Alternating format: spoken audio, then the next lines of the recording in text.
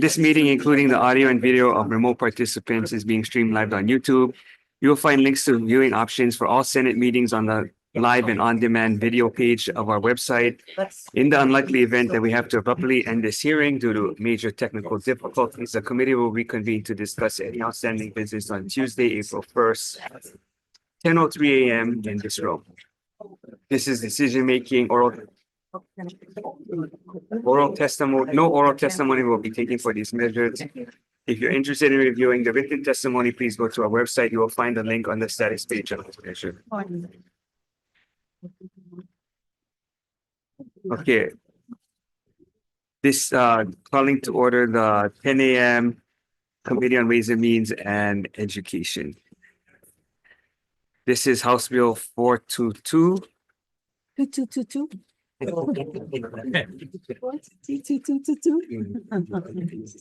So I'll defer to the Education Chair on the recommendation. Thank you, Chair. So, House Bill 422 relating to school facilities. The recommendation of the Committee on Education will be to pass with amendments, adopting an amendment from the School Facilities Authority to clarify that any existing written agreement executed under HRS 302A Part 6 Subpart B prior to its repeal will remain effective unless all parties mutually agree to the agreement. Also, we will be amending Section 1 of the bill to conform with proposed amendments, repeal the construction fee component of the school impact fee, but retain the land contribution requirement and the in lieu fee. Remove all references to the construction cost component impact fee and related language in HRS 302A Part 6 Subpart B. Repeal HRS 302A 1607 and 302A 1611. Exempt the following new and existing developments from school impact fees.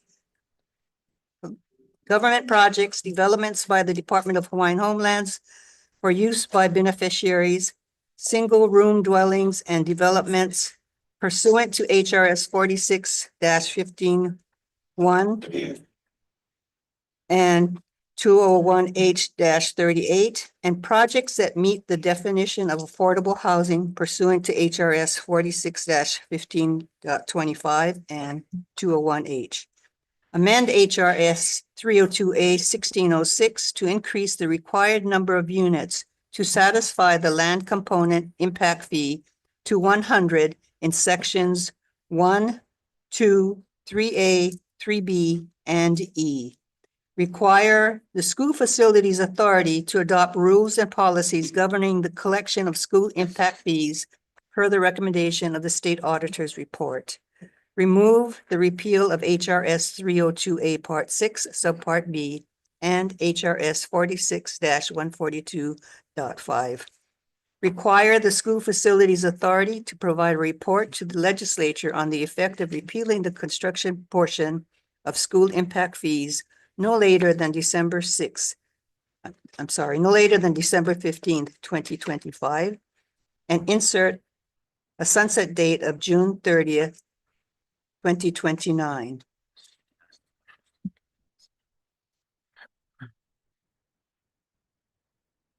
Oh, I'm sorry. Let me read that again. Require the School Facilities Authority to provide a report to the legislature on the effect of repealing the construction portion of school impact fees no later than December 15th, 2026. Insert a sunset date of June 30th, 2029. Also, we will let the committee report reflect the amendments to this measure are necessary to confirm the efficacy of school impact fees, and that the sunset date may be repealed if the report supports making the contents of this measure permanent. Thank you, Chair.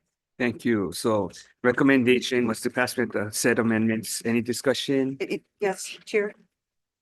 Go ahead. Okay, thanks. I understand this measure has to do with the state projects because the school facilities in state. What's the impact on the counties because we know that counties make their own arrangement in development fees with regards to developments that occur on their islands. And they already have impact fees. So is there, just- is there an impact No. I to the wouldn't know. counties then? Yeah, no. It's, no impact. it's okay. No. All right. Okay. Yeah, any further discussion? Only. Okay. So the impact fees that we was talking about, the only reason why I say that because I never get to hear all the things, so we're not repeating the impact fees. Not completely. Just completely. not the land Okay. portion. Yeah. Okay, Further Thank you. question then, okay, because when the counties approve development fees and it has to do with lands. And so the lands are set aside for a school as an example, so does DOE accept that as a facilities property? And then it, No, that's why there's some changes. The law goes to SFA, some of this. Yeah, and they negotiated. They want the land. okay, Still have to give the land. all right, Yeah. just for discussions, how the impacts would be on the county's level. Thank you, Chair. Okay, Chair votes aye. Okay, so the chair votes for, pass with amendments, chair votes aye, vice chair votes aye. Senator Aquino. Aye. Senator DeCoy. Aye. Senator Elafante. Aye. Senator Hashimoto. Aye. Senator Inoue. Aye. Senator Kanuha. Aye. Senator Kidani. Aye. Senator Kim. Aye. Senator Lee. Excuse, Senator Wakai. Yes. Senator Favela. just with these changes, I'm gonna change my no to a yes. Oh, Thank you, Chair. oh, okay, Yes. yes. Yes. okay. Recommendation adopted. Thank you. Thank you. Same recommendation for Education Committee. Chair votes aye. Chair votes aye on House Bill 422, SG1. Vice Chair votes aye. Senator Hashimoto. Aye. Senator Kanuha. Aye. Senator DeCourt. Aye. Measures adopted, 5 ayes. Thank you. How long we gotta request? Okay, we're gonna adjourn and then we're gonna just take a couple minutes for the next agenda.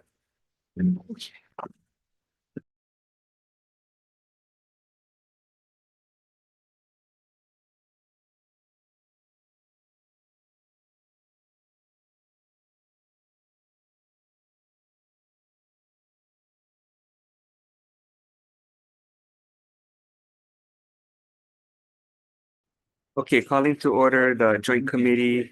You know. What is a hearing? Okay, so DOT, Hello, chairs, vice chairs, members, Ed Sniffen with Hawaii DOT. We support the measure, and we support the language that's in the measure right now. However, from our perspective, it's overly broad compared to what we're trying to get done here. In general, we don't want to exempt construction. What we want to do is make sure that we can move forward on innovative approaches to procurement. And one of the big ones that we're trying to push is CMGC, Construction Manager General Contractor, which allows us to hire a contractor upfront to work with our designers to innovate, to make sure that we can get the best solutions available. Then have that contractor give us a maximum bid price. If that bid price is acceptable, we can turn that CM into the general contractor. If it's not acceptable, we bid it out to our normal processes. During those processes, we would ensure that the contractor sublisting is still available, and ensure that we keep our procurement process the same as possible. However, this allows us a lot more innovations, make sure that the projects can move forward 40% faster at better prices. Thank you, Chair. thank you. Members, any questions? State Procurement Office.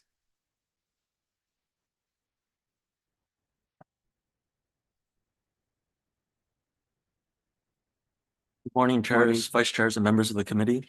Matthew Chow testifying on behalf of the State Procurement Office of Banika'a, Hawaii. The State Procurement Office stands on its written testimony in support of the language of HB 1155 HD1. We do understand that the DOT has offered alternate language to HRS 103D 405 instead of 103D-102. And we would like the opportunity to work with the DOT and members of the industry to come to agreeable language. Thank you. Thank you. Dwayne Bautista.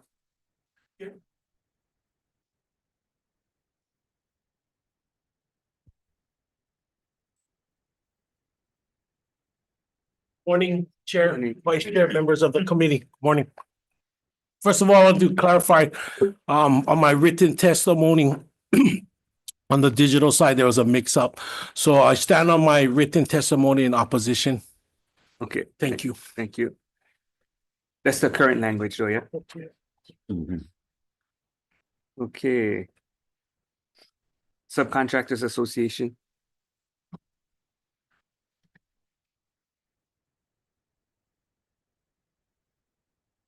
Morning, Chairman Gerald Cruz, Chair of McKelvey, members of the joint committees. I'm Tim Lyons with the Subcontractors Association. We are strongly opposed to this bill. We're often perplexed by the fact that the legislature adopted the procurement code as a fair way of doing business. I was around when it was last rewritten, and I remember all the agencies and departments coming in, adding amendments, making changes. And then lo and behold, I think it was the second year after that, the first agency asked for an exemption from the procurement code, and we pretty much had somebody ask for an exemption ever since. I think the bottom line of that ought to be if there's something wrong with the procurement code, we should fix it and not do exemptions. And our prior testimony was indicated that this was needed in order to do emergency situations. 103D 307 deals with emergency procurements. And if there are emergencies that arise that don't fit into that statute, it is likely that this statute ought to be amended as opposed to a wholesale exemption. Again, the procurement code was invented in order to be a fair dealing. It not only protects the state against the contractors, but the contractors against the state, for that matter, and vendors to vendors. Perhaps our biggest objection to all of this is when you take that exemption out, you also remove a number of protections, including retainage equality, including prompt payment. Those are all provisions of the procurement code, and we think that they're very important to keep. And again, if the situation needs to be addressed, we should be amending 307. Thank you.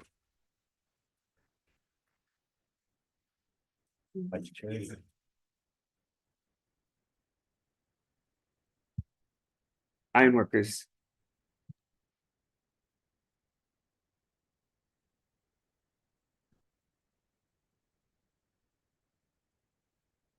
Hello, chairs, vice chairs, members of the committee.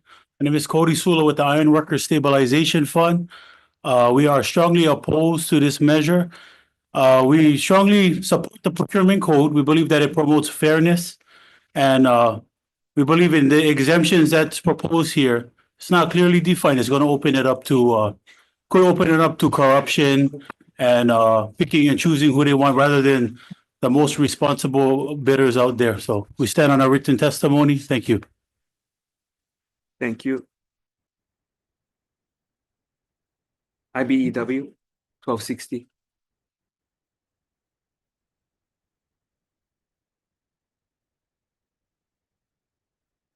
Elevator Constructors. Building Trades Council. He's coming. Oh.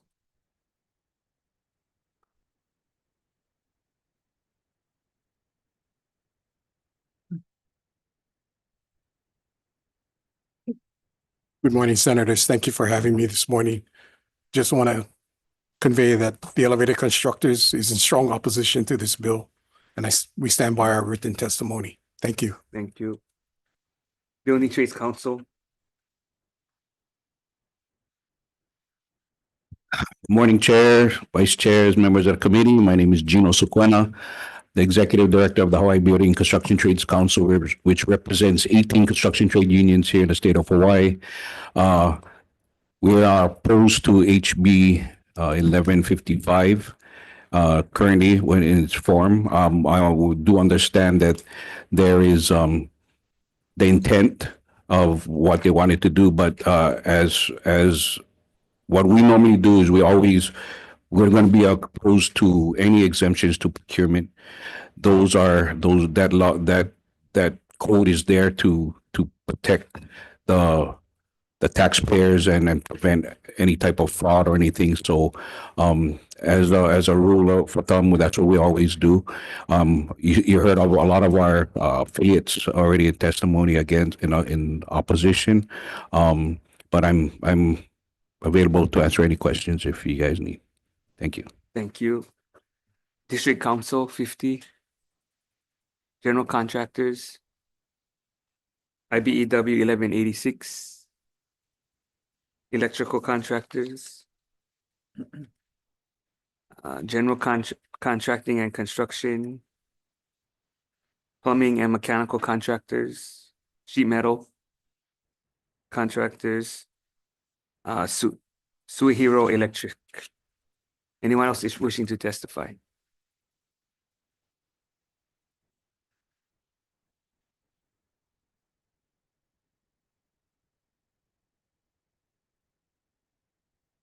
Good morning, Mr. Chair, Vice Chair, and members of the committee. My name is Cliff LeBoy, Iron Workers Union Stabilization Fund. I believe all those contractors that you just called out are opposed to this bill. We are strongly in opposition of this bill. We have one question we want to ask. You know, the state thinking about doing stuff like that, why don't they get a hold of the Building Trade Council? Let's sit down, talk about this instead of being here wasting everybody's time. We got a procurement process in place that's been in there for over 30 years to prevent fraud and a whole lot of other things. They understand that. I'm pretty sure we can sit down and work things out if they come to the table. Thank you for your time. Thank you. Anyone else wishing to testify?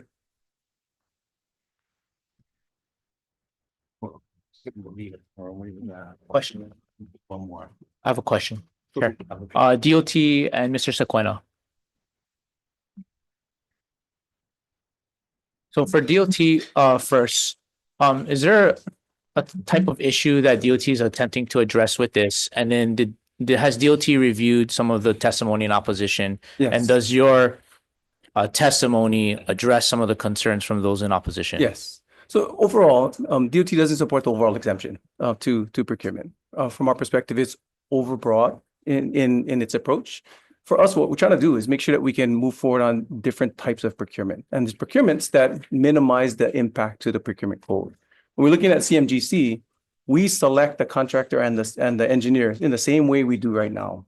The only difference is this legislation would allow, with 103 405, that adjustment that we're looking at, would allow a contractor who works on the design to also win the project. That's the change. So they still got to go through the selection process. They still got to make sure that they give us a price, a maximum guaranteed price that we can accept. And if not, we'll just bid it out.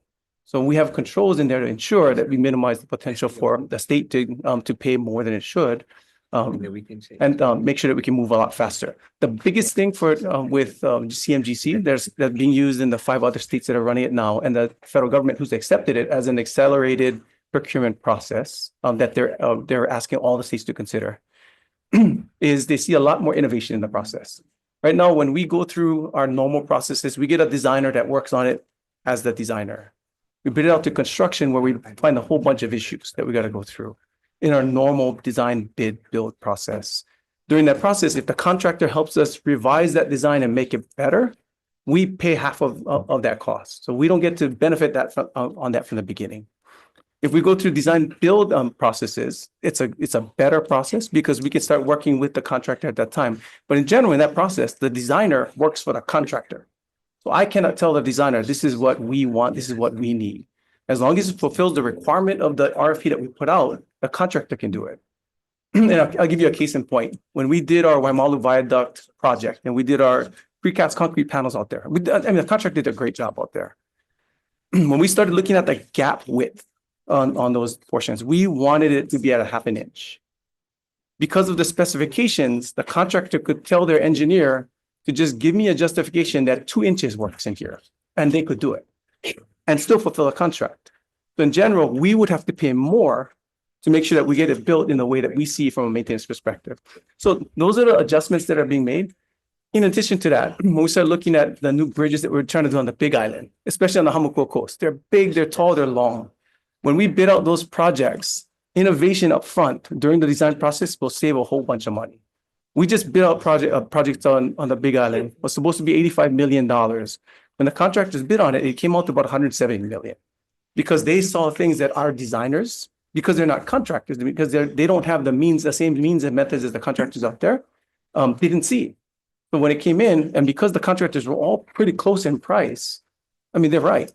So if we had that up front to make sure that we could capture that in the design and hopefully make it better from the beginning, we could have captured not only the a shortage of time frame in bidding it out, but also a better product. That's what we're trying to get to.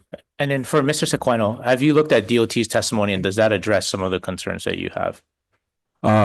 We did, and so we had concerns with the exemption to construction, and I think they addressed that. But then I have a board I have to report to, and I'm at the 11th hour. I'm not able to convene in the board and.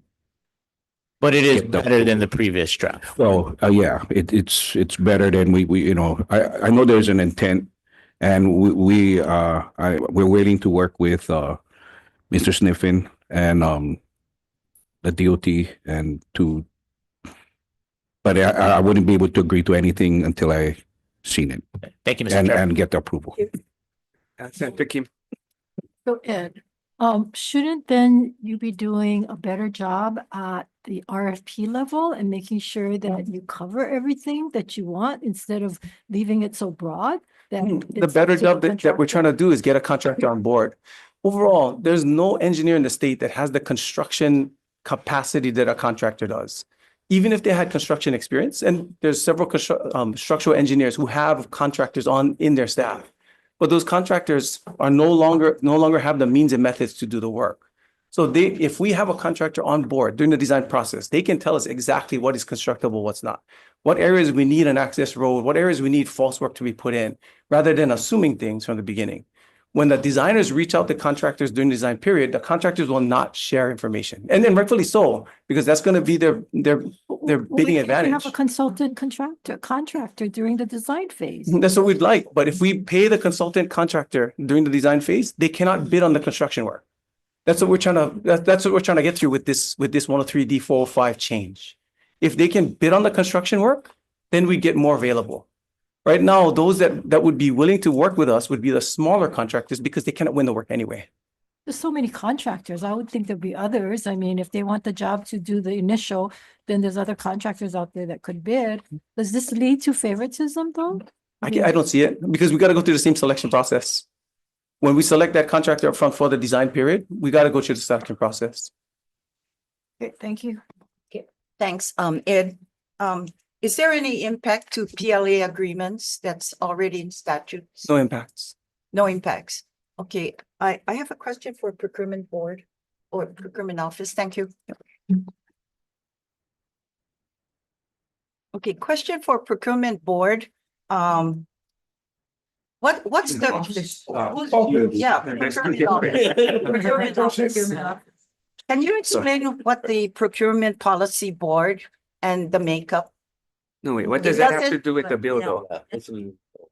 Well, I think rulemaking is the authority of the board. No, so the way how the testimony is now, before the DOT director can even do any of this, he still needs explicit approval in writing from the SPO. So if the SPO finds that, hey, you know what, I think that this is too flexible or too out of the box, she's gonna probably deny it. She has to be proactively in writing, approve the specific process that the DOT director would take. Well, the question is, have the procurement policy board got a hold of this bill? I can't answer that question right now. I'm sorry. Thank you. Yeah, because they have meetings. Well, how often do they meet? They're actually meeting right now. No, but how often do they meet? Oh, Okay, so listen to the question and answer the question. okay. How often do they meet? They meet, I think, I'm not exactly sure, but the previous don't meeting know. was 2 Okay. weeks ago. Okay, thank you. Okay, any further discussion? I got a quick, procurement office, please. So can you provide examples of when you have a construction project for which procurement by competitive means is either not practical or not advantageous to the state? Currently, construction is not exempt from the procurement code.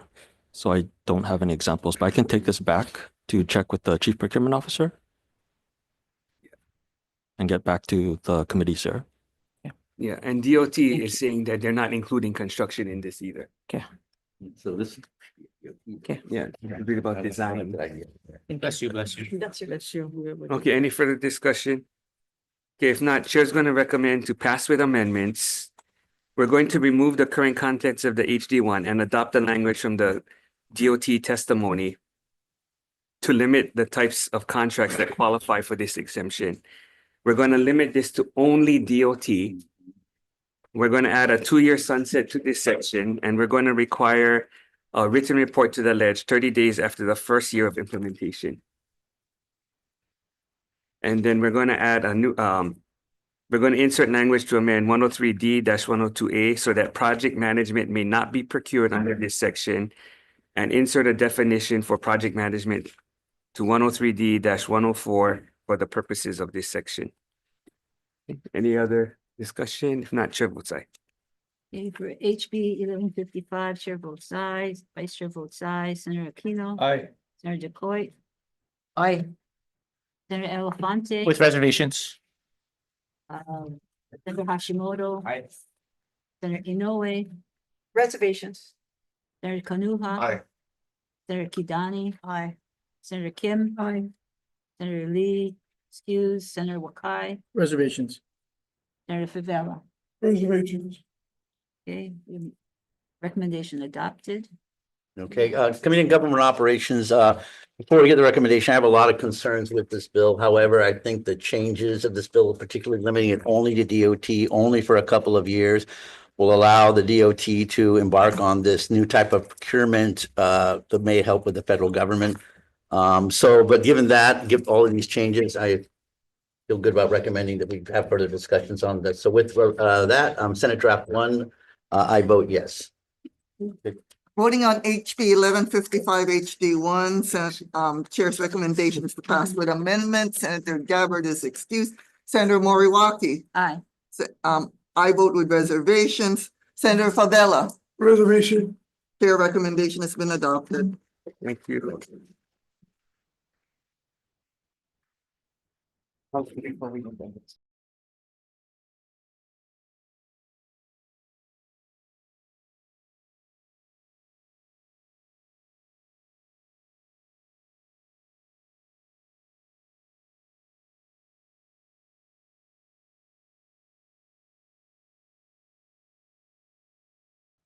Okay, calling to order the 10 a.m. agenda.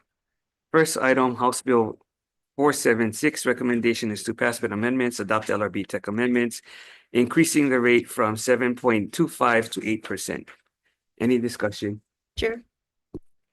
I have a concern with this capital gains tax increase pertaining to individuals and no different that those seniors who want. Can you hold on?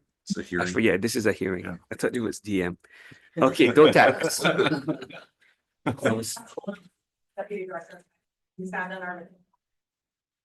Thank you. Realtors. Pose. Appleseed.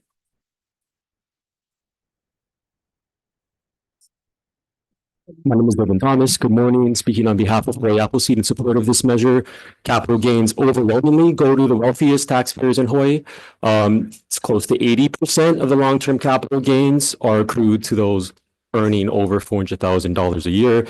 So the capital gains rate, the current maximum is a giveaway to wealthier taxpayers who pay a lower rate on capital gains compared to their regular income.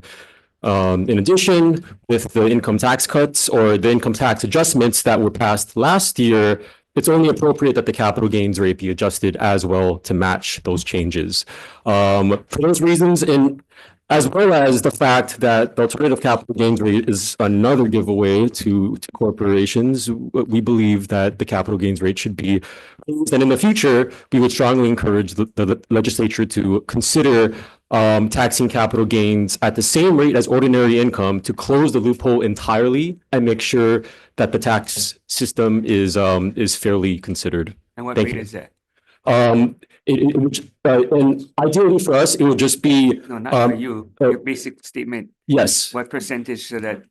For example, if you're in the 11% tax bracket, you would be taxed at 11% for your capital gains. That's what we believe is fair. Any further questions? Thank you. Thank you. Hawaii Food Industry Association. Tax Foundation. Children's Action Network. Oh, sorry about that. Oh. Had a button problem there. Tom Yamachika for Tax Foundation. Good morning, Chair, Vice Chair, members of the Can't hear committee. you. How about now? A little better. I think our volume needs to be up. More volume. Okay, thank you very much, Chair, Vice Chair, members of the committee. Tom Yamachika for Tax Foundation. We'd be happy to stand in a written testimony and be available for questions. Members' questions? Okay, thank you. Hawaii Children's Action Network. Aloha, Chair, Vice Chair, members of the committee. My testimony starts on page 17 of your packet. That's online. Hawaii is one of only 9 states that has a capital gains tax loophole. This tax loophole is one that benefits the wealthiest people in Hawaii. It allows income from things like selling your stocks, your bonds, your art, your antiques to be taxed at a lower rate than the income tax that we all pay on regular work. So we're just trying to close that loophole. According to the Department of Taxation's annual report on income tax statistics, capital gains are heavily concentrated in the high end of the income distribution, especially for non-residents. They say that more than half of the income of non-residents who pay taxes here in Hawaii, more than half of their income is in capital gains. So this is a way to get more money from high income tax non-residents. Warren Buffett has said over the years that for the federal capital gains tax loophole, he's never seen a relationship between the capital gains tax rate and business investment. And there's a chart in my testimony that goes back all the way to the Great Depression, almost 100 years ago, with capital gains tax rates and real investment. And you can see there's no effect of the capital gains tax rate because we're really just trying to tax all income at the same rate. We also suggest that instead of picking a flat rate to tax capital gains, we simply just tax that the same rate as regular income. We have a bill, SB 349, that has that language. And also during a prior session, Department of Taxation also recommended that, and I put that in my testimony. Finally, there was a bill that would have put capital gains tax rates at the same as income a few years ago. An analysis from the Institute on Taxation and Economic Policy found that that bill would draw 97% of its income, of its revenue, from people in the top 5% of the income scale. So especially with some budget concerns coming, this seems like a very targeted way to get some more revenues in. Thank you. Please support this bill. Thank you. League of Women Voters. Democratic Party. Chamber of Commerce. AFL-CIO. Grassroots Institute.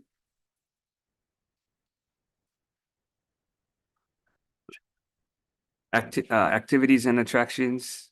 Hawaii Alliance for Progressive Action. I know. Chamber of Commerce for Maui. Okay. We have many individuals testifying, 22 in support and 254 individuals opposed. Okay. Anyone else wishing to testify? Chair, Yeah, go ahead. Michael Galoyu, pronouns he, him, president of Pride at Work Hawaii. We stand in strong support of this measure. We support everything that Nicole Wu had to say, that it is time for us to close these loopholes. We need to level the playing ground. And so we encourage you to pass this bill with the amendments as laid out by Nicole Wu. Mahalo. Thank you. Okay. Next item. I have a question here. For who?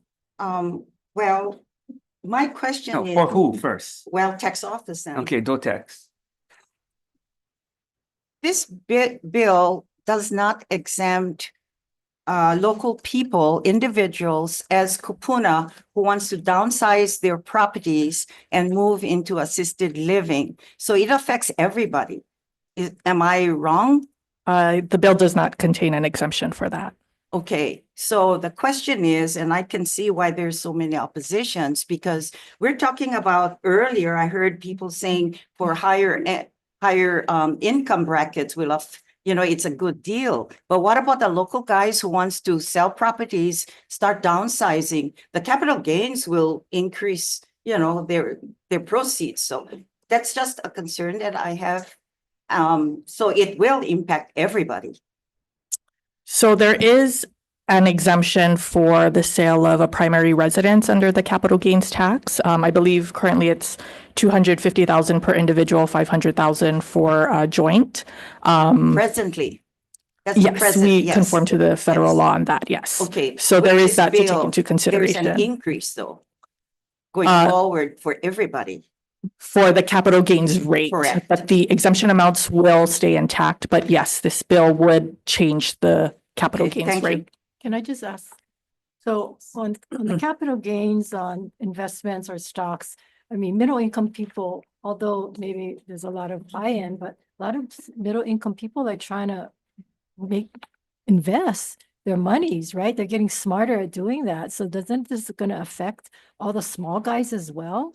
Yes, so for investments that are not primary resident properties, the capital gains rate would apply to all of those types of So like taxpayers. on the stock market where we're trying to teach our young people about investments and fiscal and financial literacy about the stock market and so forth, and those that are embarking on it, the small guys, because I've gotten calls from constituents that saying, they're not rich, but they're trying to make investments and keep afloat. So this is going to impact them. Yes, it would impact them. Thank you. So just a follow-up, I heard them testify, this is about corporate. This bill would apply to individuals and corporate. Okay, thank you. Thank you, Chair. Sure. So what Senator Kim then was saying, what bothers me is that nowadays we have family members that is passing away, giving them to their children or grandchildren. Going forward, this is going to affect them too, right? So for inherited property, if it's their primary residence, there is a separate law that would apply because property that's passed on does get a stepped up basis.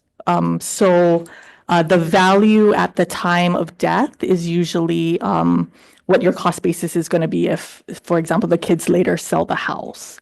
So there is that to take into consideration, but if the capital gains amount is enough and it's not subject to the exemption, yes, these would affect those people potentially as well. So I mean, I can't really understand yes, again, we're going to try to tax the rich, we want for corporate. Who really going to pay?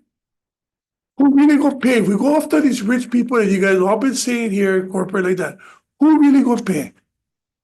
Us. I mean, this does potentially affect. No, the poor people. Corporate will never pay any fair share. I don't care how you want to do the loophole. Can you just stick to the question? 'Cause That we have a other long question, agenda. that we're going to end up paying for what we try to do with the rich. And that's not fair to the poor people. It's serious, and that's sad. Okay, any All other the class question? of corporate. Any Right other on. question? But it's not the solution. Not the solution, Chair. Okay. Any other questions? If not, we're gonna go to next item. People can't get ahead.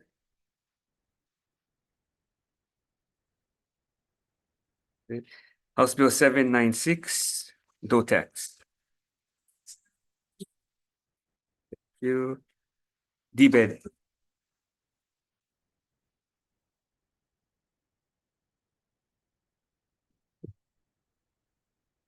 Good morning, Chair, members of the committee. Thank you very much. Georgia Skinner, representing the Department of Business, Economic Development and Tourism. We did send in comments and we stand on those comments. Our main concerns are the message that this does send to our film industry, who has taken advantage of the film tax credit, to say that we're going to sunset something when currently we're at a deficit because of the production industry being down. Sends the wrong message. We are looking to build Hawaii first as a department mission that has pillars, including the tax credit, infrastructure, and new ways to look at managing this industry. It is one of the bright spots for Hawaii, so we are here for any other additional questions, but do raise concerns, especially the jobs that are currently, people are not working. So we don't want to send the wrong message. Thank you. Except I don't think this bill says that it ends indefinite. So the legislature could always reenact another 5 years. Yes, that's true. And But an it allows the audit every, legislature to review all tax credits and the effectiveness, the efficiency. yes. That is something that I think is valid and should be a regular process, yes. Yeah, because that was part of the Absolutely. problem now, where a lot of concerns specifically about your guys' tax credit and how it wasn't being handled correctly. Mhm. So this allows the legislature every 5 years to review how the departments are actually implementing. And I think that's it's a good process and an excellent idea. Okay, Yahtzee, Democratic Party, Island Film Group, SAG, Should call them with SAG-AFTRA and we stand on our testimony and opposition. thank you. Hawaii Children's Action Network, Aloha Chair, Vice Chair, members of the committee. Again, Nicole from Hawaii Children's Action Network speaks. We know that in Hawaii, our state and local taxes burden low-income families much more than higher-income families. We have the third heaviest state and local tax burden in the nation. And tax credits for working families, especially low-income families, really are one of the few things, bright spots that we have that helps families afford to live here. And we are concerned, we have the renter's credit, we have the earned income tax credit, food excise tax credit, and some others. We're concerned that if these kinds of tax credits are having to be renewed every 5 years, it's not only more work for you, but it also might threaten some of these tax credits if they lapse. We already have Department of Taxation doing an annual report on all the tax credits in this state. And some other ways to check that these are working and that they're being run efficiently. So we ask you respectfully to defer this bill. Thank you. the Democratic Party, Education Caucus, SAG, Home Office, Catholic Charities. Okay, we have a number of individuals in support, 55 opposed. Anybody else wishing to testify? Chair, Yes. Yeah, go ahead. Michael Gloria Jr., President of Pride at Work Hawaii, he, him pronouns. We stand in strong opposition to this bill. This is using a sledgehammer when a scalpel is needed. We are seeing in real time at the federal level when a sledgehammer is being used to solve our problems, and it is having a devastating effect to our economy. This bill, if it moves forward, will have the same effect here locally. As we're trying to shore up, we have an economic tsunami coming at us, and this bill does not help us in any way, shape, or form.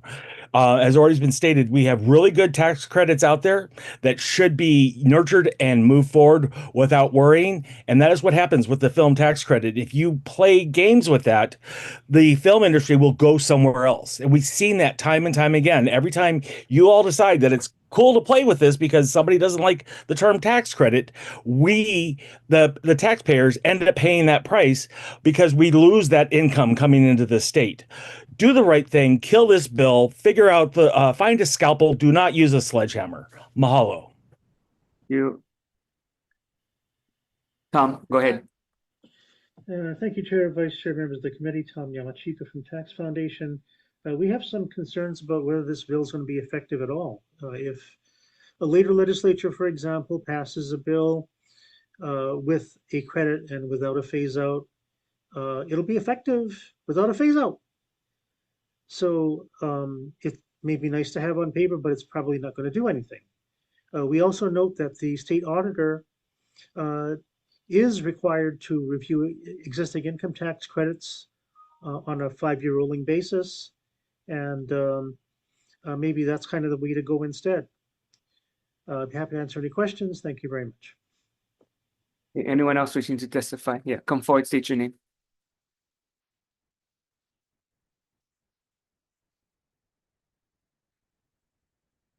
Good morning. Morning.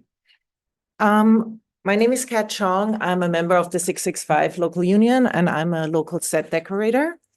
I wanted to say that I strongly oppose that bill and I hope it's not going forward. I usually work with a crew from 10 to 30 people, which includes set dressers, shoppers, painters, carvers, artists.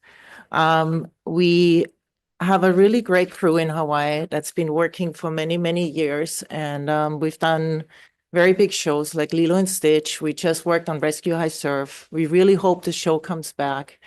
We have a lot of competition in other territories that are much cheaper, that have a different system of making films, of the permitting process, of the unions, of the tax incentives. And we've seen a lot of films leaving, and we are really afraid that if this bill passes, we're gonna be out of work.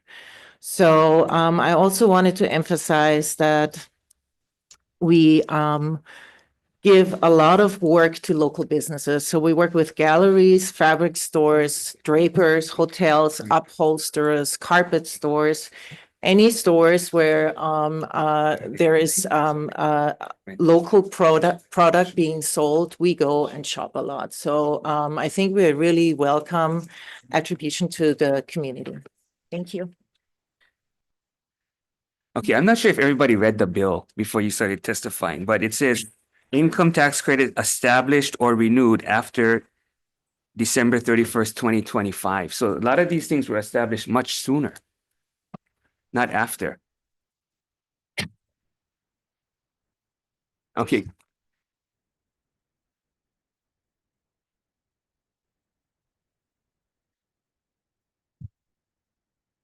My name is Daniel Hamilton Lowe. I moved here to help produce Dugi Kamealoha for Disney. I worked on Monarch, I worked on Red One, Moana, and Lilo. I'm the middleman between the local crew and the studios. I'm talking this year, I've talked about 6 projects considering coming here. And I can tell you that it's my opinion that not one of those projects would come without a tax incentive. And I understand you're saying that this is not looking to eliminate that immediately, but it's talking about the future. And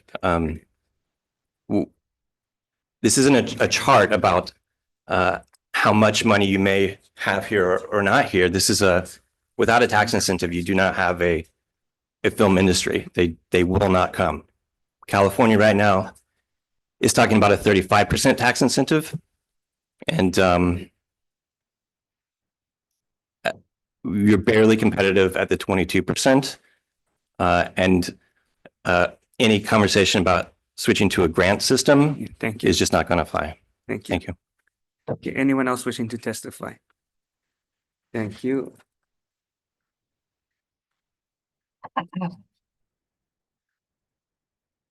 Okay, next item, House Bill 1059. Haima.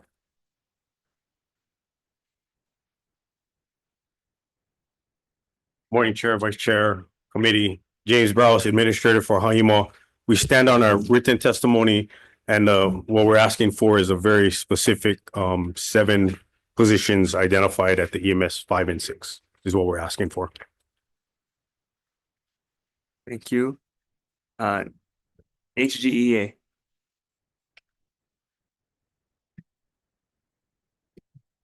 Good morning, Chair, Vice Chair, members, Nui Sebastian here with HGA. We'll stand on our testimony in opposition to this measure. Thank you. Thank you. Who this is, Jen. Only first name. Okay, next item, House Bill 1145, Dotex. Thank you. Tax Foundation. Thank you, Chair, Vice Chair, members of the committee. Tom Yamachika from Tax Foundation. We'll stand on our testimony and be available for questions. Thank you. Next item, House Bill 1146, Dotex.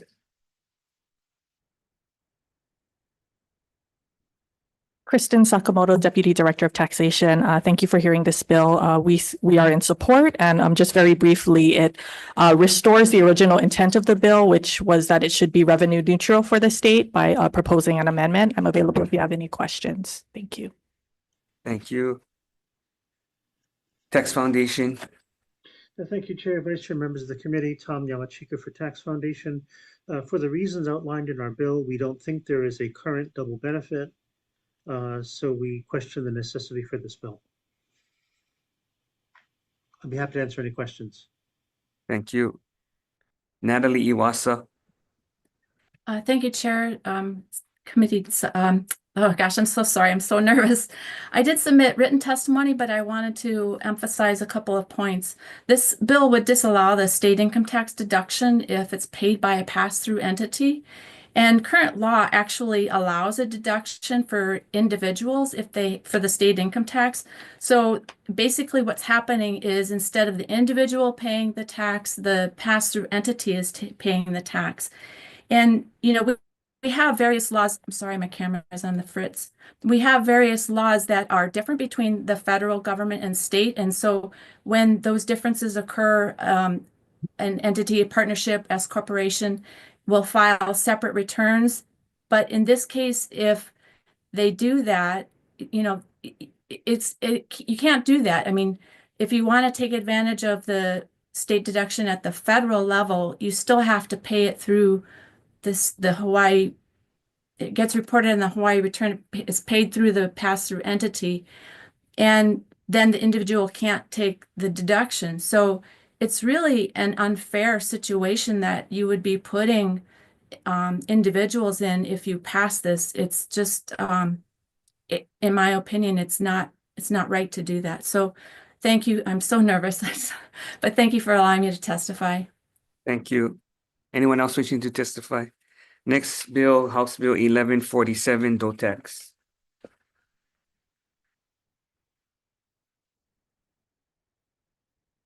Tax Foundation.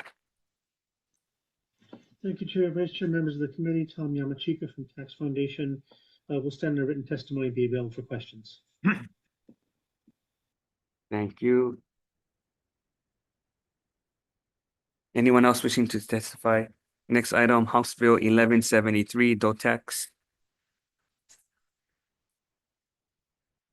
Thank you. Tax Foundation. Thank you, Chair, Vice Chair, members of the committee. Tom Yamachika for Tax Foundation. We believe that 15 years ago in the 2009 legislature, that the legislature enacted a 15-year statute of limitations on tax collection. I think that means that after the 15 years comes and goes and all of the tooling is accounted for, that means the debt goes away. Yeah, what do you mean? When you say I think, does that mean you're unsure? We believe that's what the legislature intended, although we recognize that DOTAX is taking a different position. Okay. But if you're going to offer testimony, I think you don't want to keep saying I think, maybe, we could be. We really need the facts. Yeah, the facts are in our written testimony, and it's all there. The committee reports and so forth, and the federal case law that it's based on. Okay, thank you. We believe that this is warranted to conform Hawaii tax law to the federal laws on which it's based. Okay, thank you. Chamber of Commerce. Richard McClellan. Okay, next item, House Bill 1439. Ombudsman. Auditor. LRB. Ethics Commission. Anyone else wishing to testify? Okay, we're going to defer decision making because we need to get out the next agenda to Tuesday, April 1st at 10 a.m.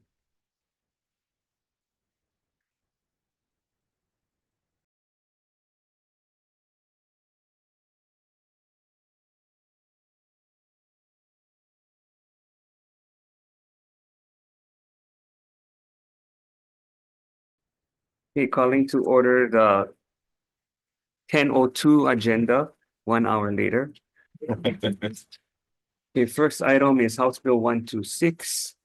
Recommendation is to pass with amendments on page 10, remove lines 19 and 20, and on page 11, remove lines 1 and 2, and reinsert the distribution percentages for allowable expenses. On page 12, we insert language to allow for the payment of awards for information or assistance, supplemental sums to state and county law enforcement agencies, expenses that are in connection with training and education, and expenses related to enforcement, and effective date to 2050. Any discussion? Not chair votes aye. All members present, pass with amendments, all members. Yeah. All members present except for, excuse Senator Lee and Bella. Any objections? Any reservations? Measure adopted. Thank you. Next item, House Bill 162, recommendation is to pass unamended. Any discussion? If not, chair votes aye. Members present, anyone voting no with reservation? Measure adopted. Thank you. Next item, House Bill 341, recommendation is to pass with amendments effecting the date to 2050. Any discussion? Not chair votes aye. 341, pass with amendments, all members present, anyone voting no with reservation? Adopted. Thank you. Next item, House Bill 396, recommendation is to pass unamended. Any discussion? Not chair votes aye. All members present, anyone voting no with reservation? Measure adopted. Thank you. Next item, House Bill 398, recommendation is to pass with amendments effecting the date to 2050. Any discussion? Not chair votes aye. Pass with amendments, HB 398, all members present, anyone voting no with reservation? Adopted. Thank you. Next item, House Bill 428, recommendation is to pass unamended. Any discussion? Not chair votes aye. Pass and amended, all members present, anyone voting no with reservation? Adopted. Thank you. Next item, House Bill 429, recommendation is to pass unamended. Any discussion? Not chair votes aye. HB 429, pass on unamended, all members present, anyone voting no with reservation? Adopted. Thank you. Next item, House Bill 431.